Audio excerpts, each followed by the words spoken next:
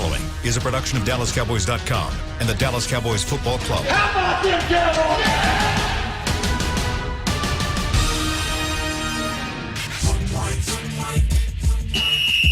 Let's go, baby. Are you ready for a break? Yes. Are you ready for a break? Absolutely. Ready for a break?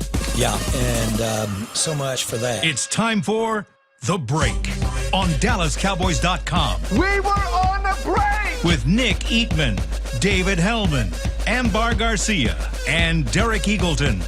It is Tuesday, September 22nd, 2020, Season 16, Episode number 28. Welcome to another edition of The Break. We're live from the SWBC Mortgage Studios at the Star. Got Dave and Amber in their home setups as well. And we got about 45 minutes of Cowboys talk with you guys today. It is Tuesday, so it is a big picture day. We're going to look at a couple different items around this team and give you some opinions on what we think of the team overall. Some areas of concern is really where we're going to focus. And they're particular to some areas that we didn't get a chance to talk about yesterday on the show as we were recapping the game. And so let's jump right in. I guess the first position I want to bring up that was going into this game an area of concern, and I'll be interested to see if you guys still feel the same level of concern, is the offensive tackle position. Dak was only sacked one time in this game. It was a first quarter blitz, and that led to the sack fumble. And as far as I can tell from rewatching it, it looked like Zeke was maybe more the culprit. Maybe you can make the case that Connor Williams should have blocked down and that guy shouldn't have been released up the middle. Either way, it wasn't the tackles, I don't think, that were involved in that particular situation. That being said, how do you assess the play of the two offensive tackles from Sunday's game, Terrence Steele and Brandon Knight? Nick, let's start with you. Well, I thought they struggled early, and I think those numbers are deceiving a little. I think Dak was running for his life. I think that's why Dalton Schultz had so many catches, just because he's having to get the ball out quick. They did settle down. I thought they did a better job. Terrence Steele, that's twice now. He's kind of settled down later in the game. But, you got to hold on for one more game here, and that Lyle should come back after that. And I think Tyron could come back this week. So my level of concern is lower than it was because they were able to win a game. I mean, think about that. When has a team ever put up 500 yards, 550 yards or whatever, with both tackles starting just their second game ever? I thought that was interesting. Amber, what do you think? Honestly, I'm way less concerned than I initially was prior to going into the game. I think they did a good job, honestly. I think they handled what they needed to handle. Yes, there were some mistakes, but at the same time, for example, the penalty, it was unfortunate, but like even Tyron Smith, Lyle Collins, they have gotten penalties in the past, so it happens. It happens.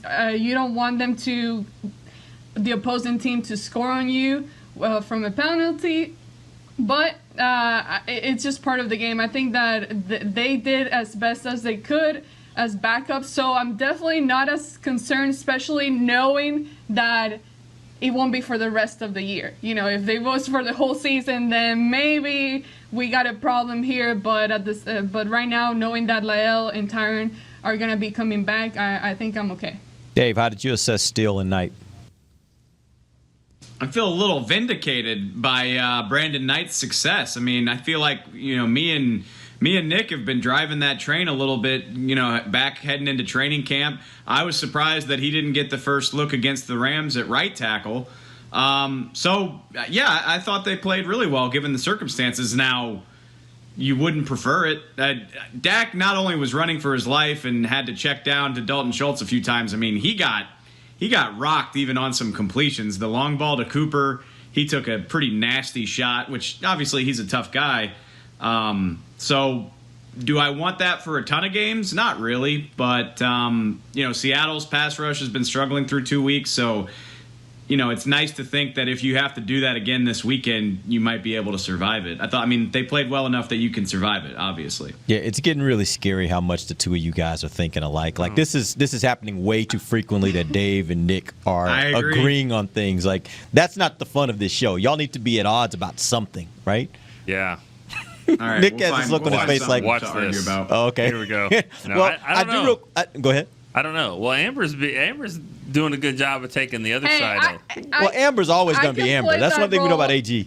Hey, If you want me to play that role, I can play that role. I can argue the other way. Did you see that play where Dak had to go out to the tent and get tended by the medical staff? And then we had to see Andy Dalton go into the game. That's a big worry because it could have gone bad, and maybe we're talking about a different story here for the rest of the year. So I guess you can argue the other way. That was a pretty cheap shot by my guy Deion Jones. I mean, that was a rollout, and he hit him pretty late after the throw. So Dak took a lot of shots, and his protection was not amazing. But that play is not on the tackles, though. I guess the point I'm making, and that I would make, is the fact that these guys, as you said, Nick, this was their second start for both of them. These are undrafted guys. And the fact that you only ended up giving up one sack. I know Dak is amazing, but still, you had two tackles who were starting an NFL game for only the second time in their careers and were undrafted players. That says something about the level of play. And, by the way, I think we got to give a little bit of deference there to the coaches as well, because part of being able to protect your quarterback in those kind of situations is, what are you doing? How are you running the offense? What kind of plays are you running? How do you keep the defense off balance so that you can't just take advantage of those two positions? So I think all that stuff matters, and I think you got to give credit to these tackles and to these coaches. Yep, I agree with that. Real quick, Dave, I want to get. I assume you listened to Jerry this morning on the Fan. I'd love to know what you're hearing right now as far as where they are with Tyron and maybe where they are with Lyle. If you've heard anything more on Lyle and when he's expected back. Yeah, well, not so much Lyle. I mean, we know he can't play Sunday. Yep. I'll be interested to see how quickly he's eligible to come off IR after the Seahawks game. That doesn't necessarily mean he will, so we probably need to start putting some lines in the water about that. Tyron, Jerry said something pretty interesting, which, maybe isn't a huge surprise, but he basically said, if we were just determined come hell or high water to play Tyron, we probably could have done it on Sunday, but we held him out in the interest of having him better for the long term, whether that's Seattle or just moving down the season. It's stingers, which actually, ironically enough, he suffered a really bad stinger against Atlanta in 2018, the other one that they won at the end with a field goal. So this has been a thing for him, and I'm sure he's not feeling great. So they held him out in the interest of, all right, by not asking you to play on this on 3 days rest, hopefully we can get it to settle down enough to where it doesn't bother you all season long. Stephen Jones said yesterday, in the same sentence, he said, we think Tyron's got a great shot to play Sunday. We also think he's a game-time decision. So those two ideas don't really mesh. So, I mean, it sounds like it's going to be another week of watching the injury report. But it is interesting to think that, they're obviously making these decisions with an eye on the entire schedule and not just a week-to-week basis. And I think it helps that Steele and Knight practiced last week, and that will probably be the case this week, too. I would imagine that they're going to get a lot of practice reps. Even if Tyron is supposed to play, I don't know if he'll need to be out there a lot, so I would imagine those two guys are going to get a lot of snaps. And that all being said, I'll go to Amber first on this one. What is your level? Are you more comfortable going into this game if you have to start Steele and Knight than you were, say, last week, based upon what you saw in the game against the Falcons? For sure, because prior to the game, like I said earlier, my level of concern was very, very high. And going into this game, I think that, one, you expect every player to get better as they play games. So I think that game last weekend was just a perfect practice time to get better in real game action rather than just practicing. So I expect them to be able to hold up, and even if Tyron comes back in, and I wonder, I mean, if he does come back in, do they let him play all throughout the game, or do they try to ease him in and rotate him? So I do feel more comfortable, but it's still always an area of concern when you don't have the all pro players that you are used to having. Nick, you feel more comfortable? Yeah, and I'll answer to that part. I mean, I think if he comes back, I don't believe there'll be any rotating. I just don't think they do that with tackles with him. Now, I mean, it makes sense, though. It's really is the only position where you don't do that. You don't, rotate in, I guess, quarterback offensive as lineman, well. yeah. But I think this is a very interesting dilemma that they're in, because it's just early in the season to be battling with this, and it's going to be something that they have to deal with, and their bye week is way down the road here. So, I feel more comfortable. I mean, the more Steele and Knight play, I would feel more comfortable with Knight. I just feel like he's going to fight you. He wants to turn it into a fist fight if he can, and I think that he might have some limitations athletically, but I think that guy will get the job done too. And pride takes over and all that stuff. I think he's turning into a pretty good player. You made the comparison may have been last week, between him and Mark Colombo. I'm starting to see that too. Yeah. That's the MO on Mark Colombo. Although Mark Colombo was a much higher pick. I mean, first round pick, and so he had a lot more pedigree coming in. But it's that type of mentality where he was just going to brawl with you for 60 minutes, and that's just kind of how he played football. I even asked him that after the game night. I asked him about being a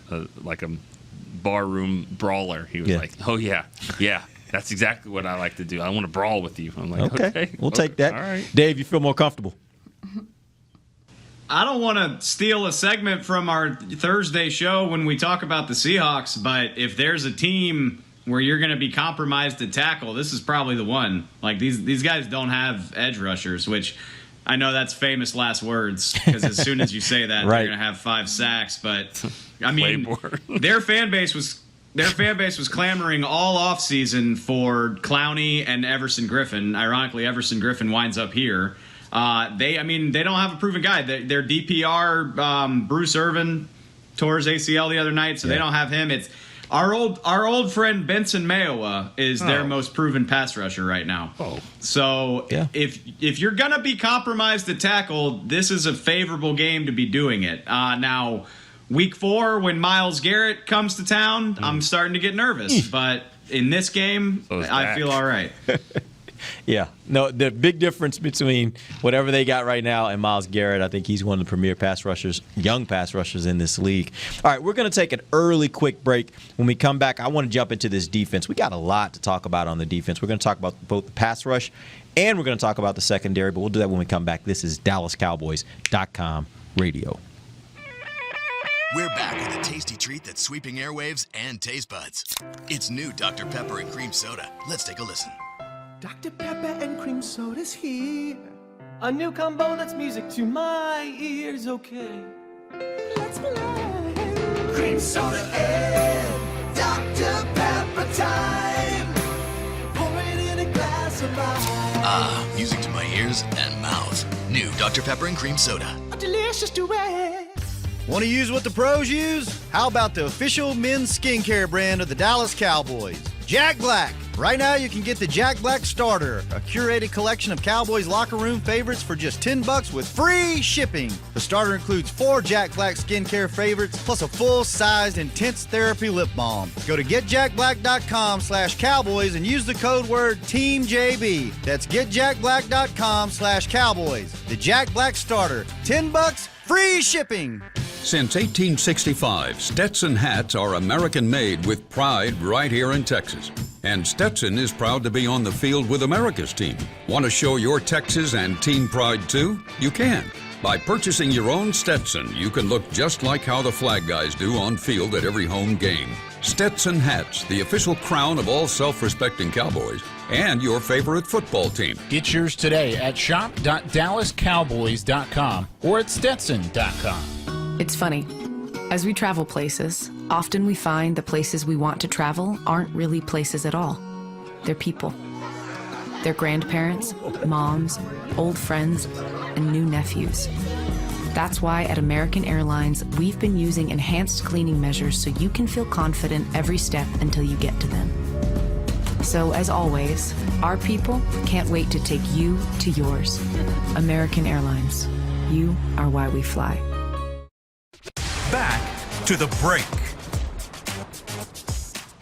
You're looking for something to change up your dinner routine? Help support local Frisco businesses by choosing one of the Star District restaurants. For more information on delivery, takeout, curbside pickup, and dine-in availability, visit thestardistrict.com. Welcome back. It is the second segment of the break. We are live from the SWBC Mortgage Studios at the Star. And we're talking about areas of concern today. We talked about the offensive tackles. I think we all came away feeling little bit better this week than we may have felt going into the game. Now let's flip over to the defense, where they've had some real issues at times in games. For the most part, I would think throughout both of the games they've played. I don't think we would necessarily say they've had a great start here to the season. That being said, I looked at just some of the moments in that game this last week where particularly the secondary had some issues. You look at the 42-yard pass to Hayden Hurst where he was wide open down the field. Looked like there was a mix-up between the safety and the linebacker on who was going to get him. Nobody seemed to figure that out, and he's wide open down the field for a touchdown. You had Cheeto being beat on the 22-yard touchdown to Calvin Ridley. You had Jordan being beat on the 3-yard touchdown to Ridley again. Cheeto got beat by Julio and then missed the tackle that gave up the 19-yard gain to Julio. And that ends up leading to a touchdown. That all being said, how do you assess the play of the secondary? And I want you to take 2 weeks in total, looking at what they did first against the Rams and then what happened against the Falcons, and tell me how you assess this secondary. Nick, let's start with you. I think it's been okay. I think it's been exposed because when we get to the part in your little book there about the defensive line, that'll be bad. Is that what you're thinking when you were reading that? I keep scrolling. I'm like, God, you need to write a book every day. Sorry. But I do believe that it's been okay. I just feel like they're having a hard time with no pass rush. I mean, that secondary, those guys. Oh, we're going to get there. Right. They need a pass rush, and they're not good enough to be chasing Julio Jones and Ridley around all day long. All right, Amber, what you got? That's exactly what I was going to say. I hate to just keep agreeing with, especially Nick, but because Dave and I are usually kind of on the same page. But no, that's exactly what I think. They've been just okay. They've made a lot of mistakes here and there, big ones that cost the Cowboys. But at the same time, I feel that I'm more concerned about the pass rush and what they're doing there. And you know, Derek, you kept saying this is where we're going to get all this help for the secondary, but it hasn't happened, honestly. And as far as Jordan Lewis, it was disappointing to see him give up that touchdown play. I always expect him to play better, and he's played better, but I think that's also just a product of him not being able to have a full training camp and just being out there practicing enough times. But and also, have you guys heard anything about Cheeto and the injury? I know he like walked out of the game with some hamstring issue there. Yeah, he left at the very end with a hammy. You know, Mike McCarthy has made it pretty clear he doesn't love talking specifics, so I really don't know the severity of it. Obviously, the injury report will be out tomorrow. Yeah, well, good. We'll see how severe that is, but it just another thing to add to the defense and their secondary. Dave, how do you assess the secondary?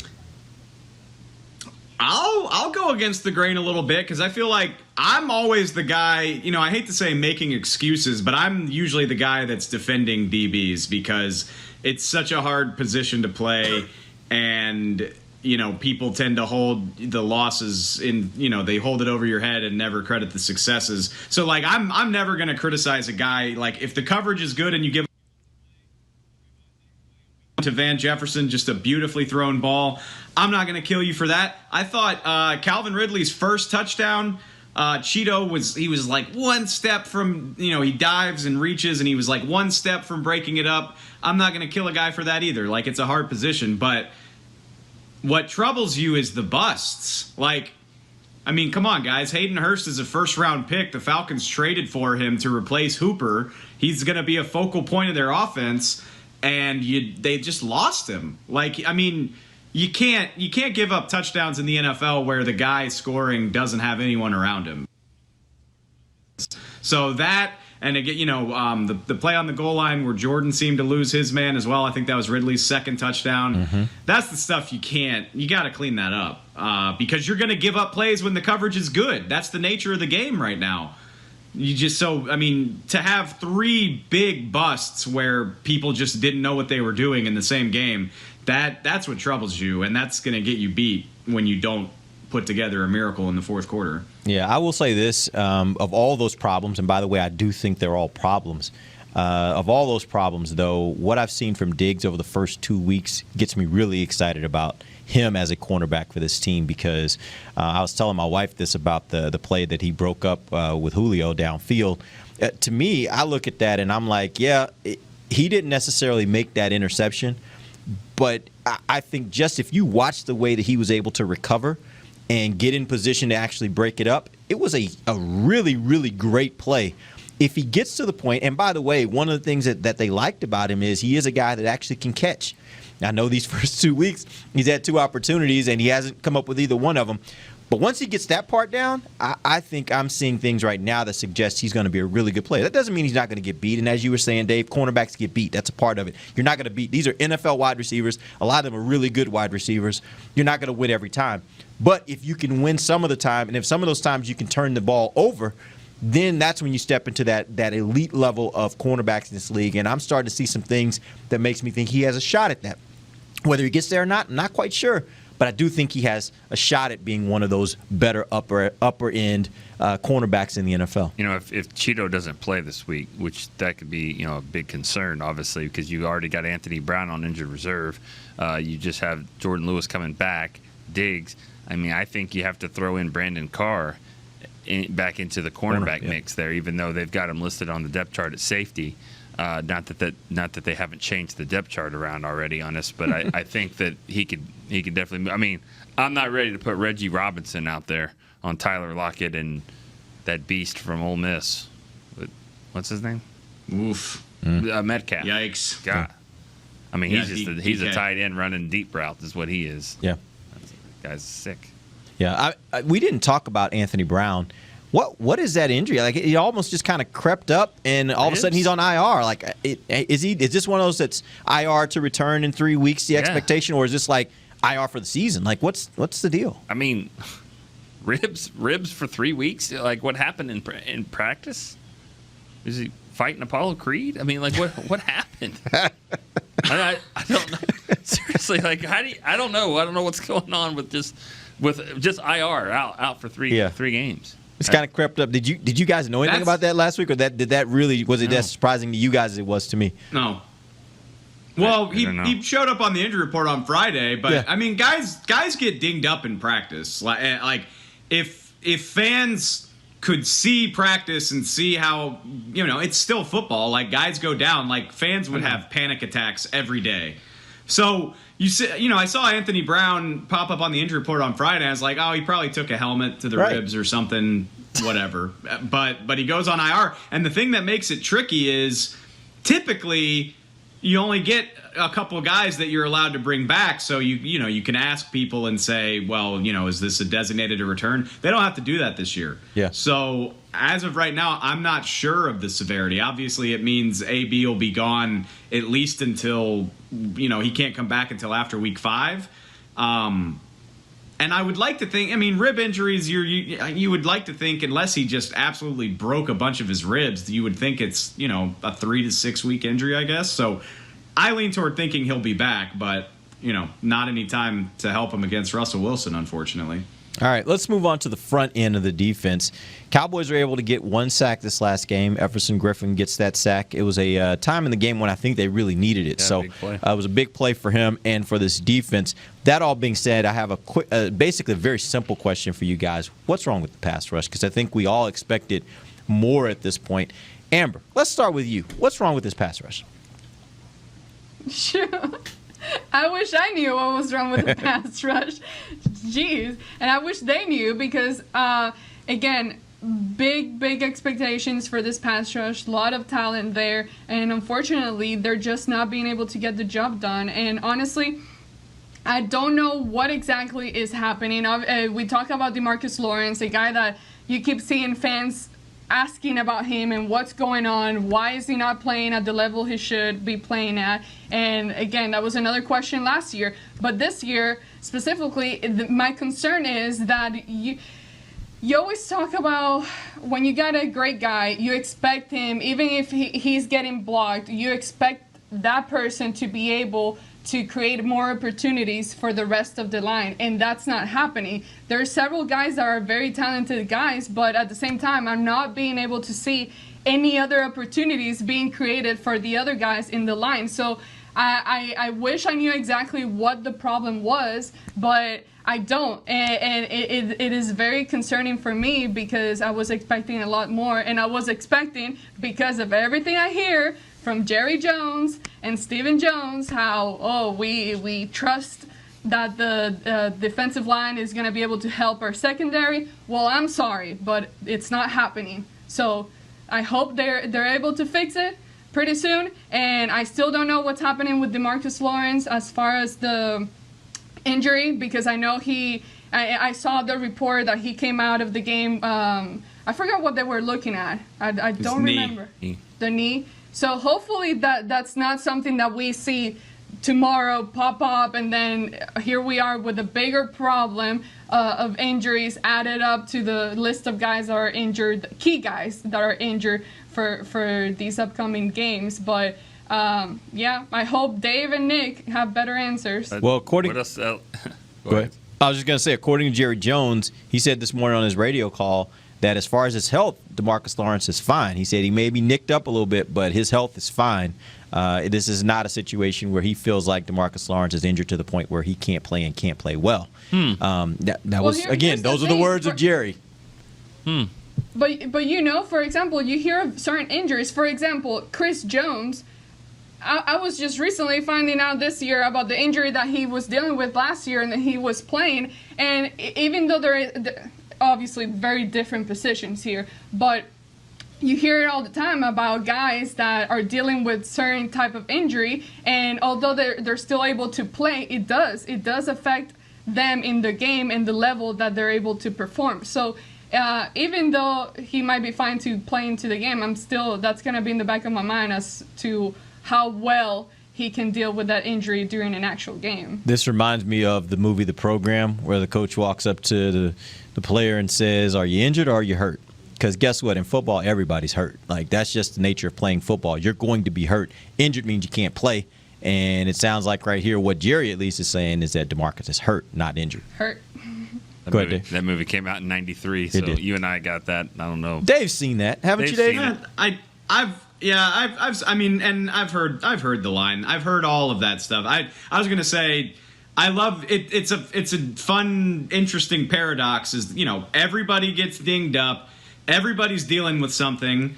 Number one, teams don't want to talk about it because they don't want to give away, you know, things that might compromise them. And two, guys know they got to gut through it. But then when they take criticism, it's like, well, I'm dealing with this, that, and the other. And it's like, well, either you play, what do you want or me you to don't. do? Yeah. All I can do is comment on what I'm watching. Yeah. Actually, no, I think it's very, very interesting timing that we're talking about this, because Everson Griffin has actually been weighing in on it on Twitter this morning. How did that blow up? This is actually interesting. Like, I love this response. So, you know, our good friend Jeff Kavanaugh was watching the game this morning, and he said, you know, Everson Griffin really hasn't been playing well, and Everson took exception to it. And I actually appreciate, rather than just, he actually kind of gave some detail in these Twitter replies. So I'm reading from him. He said, you know, he says, "I get that it's week 2. How many injuries were there in the league last Sunday?" Kind of referring to the fact that, you know, it's a short preseason, lack of practice time. He says, "Let's talk about playing well at the end of the year instead of week 2. I get that everyone has a job to do, but in this unique year of football, it's all about the trend line," which I think is really interesting. So if you're asking what's wrong with the pass rush, it's probably, I mean, it sounds like an excuse, but it seems like it holds water that they haven't had a lot of time to work together. Everson Griffin didn't start practicing until 8 days before the end of training camp. I guess Tank has something bothering his knee. And even Mike Nolan said yesterday in his availability with the media, he said, you know, our pass rush needs to get better at working together as one unit. Not just guys winning individual matchups, but kind of working as a cohesive group. And when you think about the complete lack of playing time that these guys have had together, it makes sense that they're not in sync. And now the flip side of that coin is, guess what? Nobody cares. Nobody cares about any of that because y'all are all big names and you're paid very well, and you got to get to the quarterback. And you didn't do it very well against a very slow quarterback in Matt Ryan.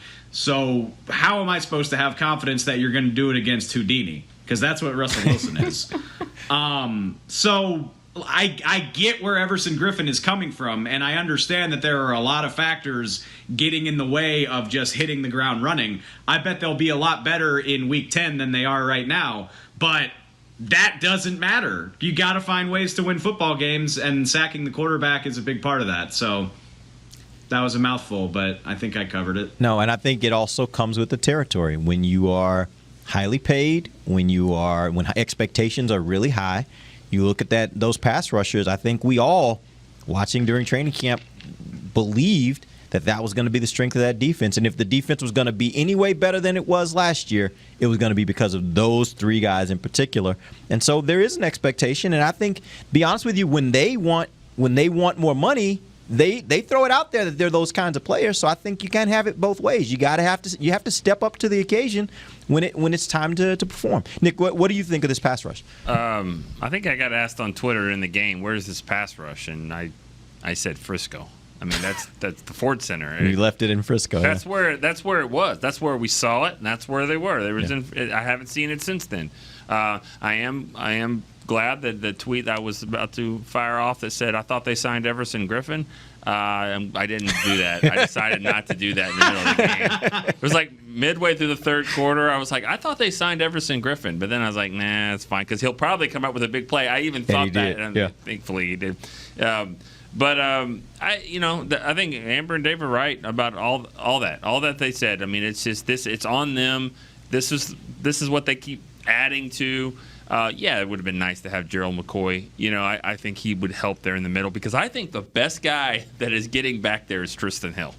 Now, he's not doing a lot with it, but I see him back there a lot. He's disruptive is what he is, and that's what you want there in the middle. You want somebody that's disruptive. Yeah, so they've got to get better. I mean, I thought what Jerry Jones said, if he said that on the radio today, I think it's a message. I mean, I think Jerry would not say it that way if he wasn't trying to say he's fine. He might have a little bit here and there, but he's fine. Yeah. And he's probably thinking about his checkbook there, and he's fine. He needs to be out there playing. Go get it. Yeah.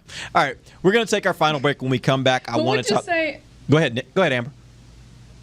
I was just going to ask, who would you say is the best defensive player currently on the whole defense that Aldon the Cowboys Smith. have? Easy to me. Which I was going to say, the irony of me saying that the pass rush will be a lot better in Week 10 than it is right now is that a guy who hasn't played since 2015 is the best defender on this team right now. Like, I don't even think it's tough. Yeah, I don't think it's even close. I don't even think it's close. Nick? Nah, I mean, yeah, it's probably Aldon Smith. Yeah, but I mean, I don't know. I think it'll be Jalen Smith when it's all said and done. Huh? Yeah, what was that? What? I think it'll be Jalen Smith when it's all said and done. He's going to be the best player in this defense this year. Swipey McGee. Yep. Swipey. I saw a swipe. He got one in the other day. I saw it too. And by the way, I'm not saying I don't think Jalen can get better as the season goes on, but I don't see anything right now to suggest to me that by the end of the season he'll be better than Aldon Smith. He'll be better. I think Tank is a guy that maybe he isn't showing up right now. And by the way, when we say not showing up, go back and watch the beginning of that game. Yeah. That first series, that was the Tank show. And that's why people have the expectations, is because there are moments in games where you see it and you're like, that's what I'm talking about. That's why they pay him the big bucks.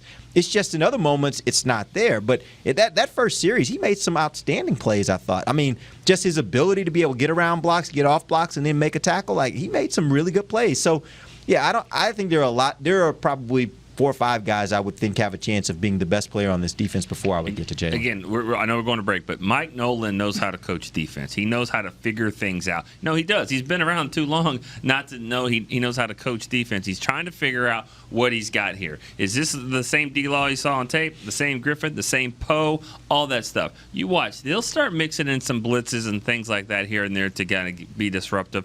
He's been in this league too long not to figure it out on a week-to-week basis. I think the lack of preseason, lack of training camp, some of those things, I think he'll start to turn things around. All right, let's go to our final break. We'll come back. Now we're going to talk coaching, and we're going to talk special teams and coaching and how that all has worked out these first two games. So that when we come back, this is DallasCowboys.com radio. Since 1865, Stetson hats are American-made with pride right here in Texas. And Stetson is proud to be on the field with America's team. Want to show your Texas and team pride too? You can. By purchasing your own Stetson, you can look just like how the flag guys do on field at every home game. Stetson hats, the official crown of all self-respecting Cowboys, and your favorite football team. Get yours today at shop.dallascowboys.com or at stetson.com. I'm Jay Novacek, former tight end for the Dallas Cowboys. Back in the day, I was the guy who always got the tough yards, and that's why I run with John Deere today. In fact, I have a John Deere 3025E tractor that can handle any yard work I need to do, even the tough yards way out back. So if you have 1 acre or 1,000, John Deere has the equipment that's just right for you. Visit a John Deere dealer today and run with us. We are the official tractor provider of your Dallas Cowboys.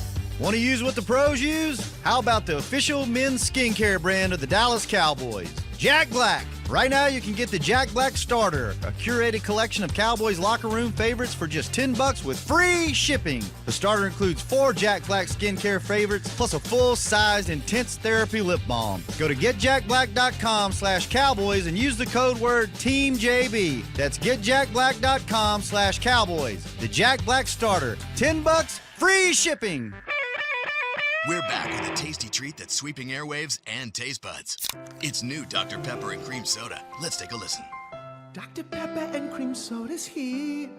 A new combo that's music to my ears, okay. Let's play. Cream Soda and Dr. Pepper time. Pour it in a glass of ice. Ah, music to my ears and mouth. New Dr. Pepper and Cream Soda. A delicious duet. Back to the break. After this game, the Cowboys have 3 straight home games. We want to know, are you coming to the game next weekend? If you are, make sure you know before you go. You wear a mask, keep distance, prepared for cashless transactions. Please be aware of all safe stadium policies prior to arriving at AT&T Stadium. Visit DallasCowboys.com/safe stadium for details. Versus Cowboys at Seattle this week, but after that, home. Yep. Home. All right, we're in the final segment of the break, and this segment we're going to talk about coaching a little bit, and I want to talk about it from 2 different facets. I first want to start and talk a little bit about special teams, and they brought in Coach Fossil as what most people consider one of the better special teams coaches in the NFL, and I think through 2 games, the one thing that we've seen is he has ideas. Like, that's the one thing about special teams. You look at some teams, and special teams is really just like kick the ball off, try to make sure nobody scores on you, like just keep the status quo. It seems like his philosophy on this is we can change games, like we can make things happen, and his head coach buys into it. They've had 2 fake punts that they've tried, haven't converted either one, but they tried. They had obviously the biggest play of the game, in my opinion, on Sunday, which was the onside kick, where, again, they did something that you haven't seen teams do. The way he kicked the ball there, I've heard called the watermelon kick, but the way they kicked the ball, it's new and different. That all being said, how would you assess at least what you've seen, the philosophy with regards to special teams and being willing to try more things and be a bit more aggressive? Let's start first with you, Nick. I think he's innovative. That's all he does. I mean, he just lives and breathes. I mean, it's being special teams, trying to one up the rules. And I say that like, okay, this is the new rule for for onside kicks. It's hard to get this. The players can't have a running start. You have to do something creative, do something slow that will work. Try to play mind tricks on the 4 guys that won't actually touch the ball when they could. I mean, do whatever you've got to do to figure out how to get that ball to go 10.5 yards. But I thought, I just think he's a really good coach, and he's he just trying to figure out different ways to make this work. And even from the kickoff, if you look at it, they know that there's 40% of all kickoffs have a penalty in it. That's why Zerline's not kicking it into the net. He's popping it up and trying to get it down so they can get better field position. Don't know why Tony Pollard keeps running it out 7 yards deep, but yeah, I haven't figured that one out either. But they'll figure it out. I think he's a great addition. All right, Dave. I love this guy. It bums me out that, we're doing this season via COVID and I haven't really gotten a chance to get to know him because he's just a breath of fresh air. Like, he's always excited. He's always in a good mood. And I love his confidence and his go-getter attitude. I mean, we can talk about the special team stuff, but if you go back to week 1, somebody asked him, as the special teams coordinator, how do you feel when they pass up on a chance for an easy field goal to go for it on a 4th and 3? And he was like, hell yeah, I love it 100% of the time.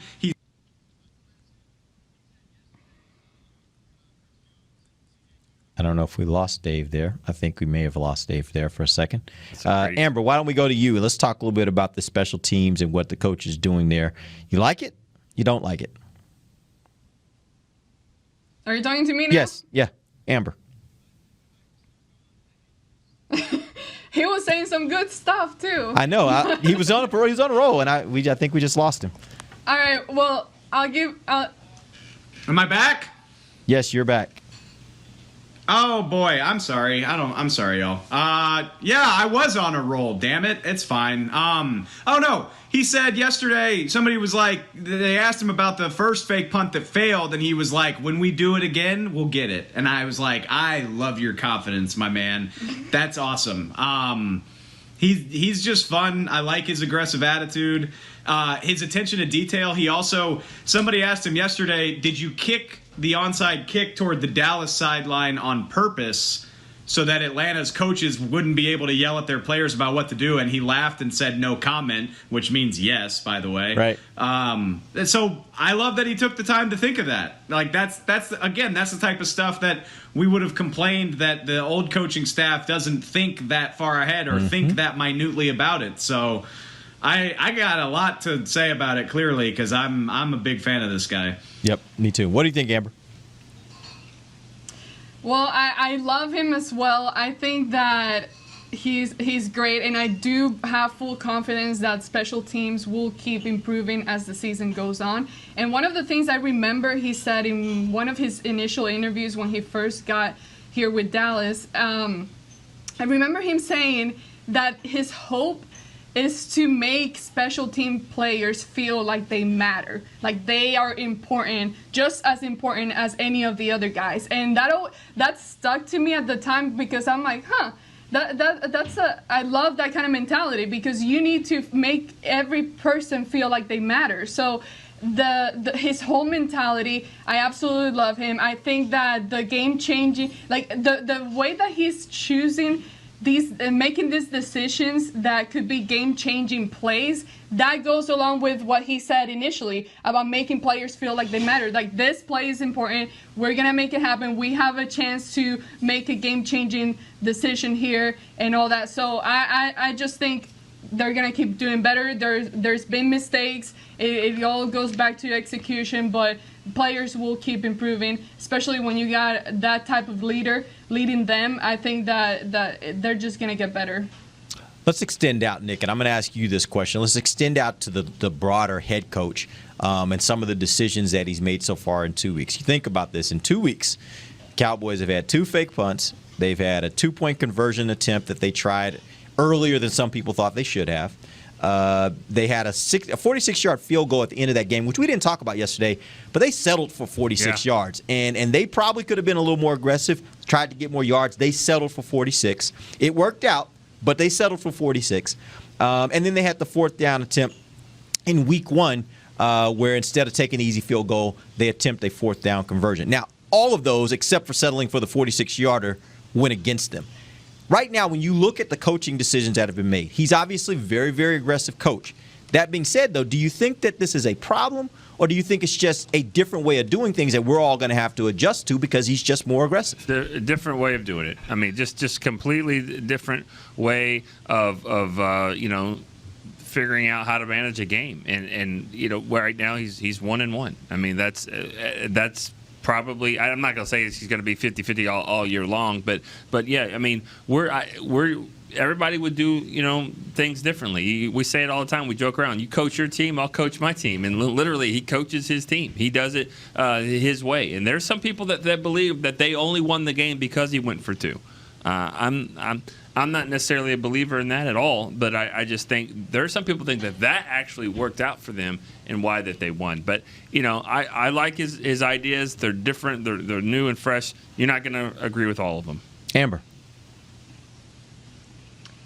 I like it. It's very different than what we were used to, and that's what we've been asking for the past couple of years. So I can't complain now that we're actually seeing it happen. But at the same time, I think you also have to put some blame into the players. I think that there has been some calls that were good and risky, but it just comes down to execution and the players actually making the play happen. But then again, that goes into coaching as well, because at the same time, you as a coach are supposed to know and have a good feel of what your players can actually do and make happen. So it's just a balance in between. So to be fair, there is some blame to go around as far as the players making the play happen, but I love what I'm seeing. Some questionable things, but had they worked out to their advantage, we would be talking about how amazing and great and unbelievable this coaching staff is, especially Mike McCarthy.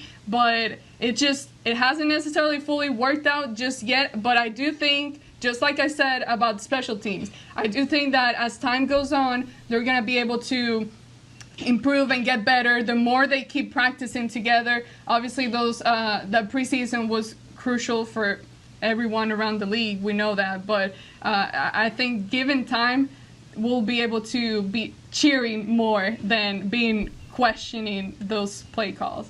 Dave, what do you think?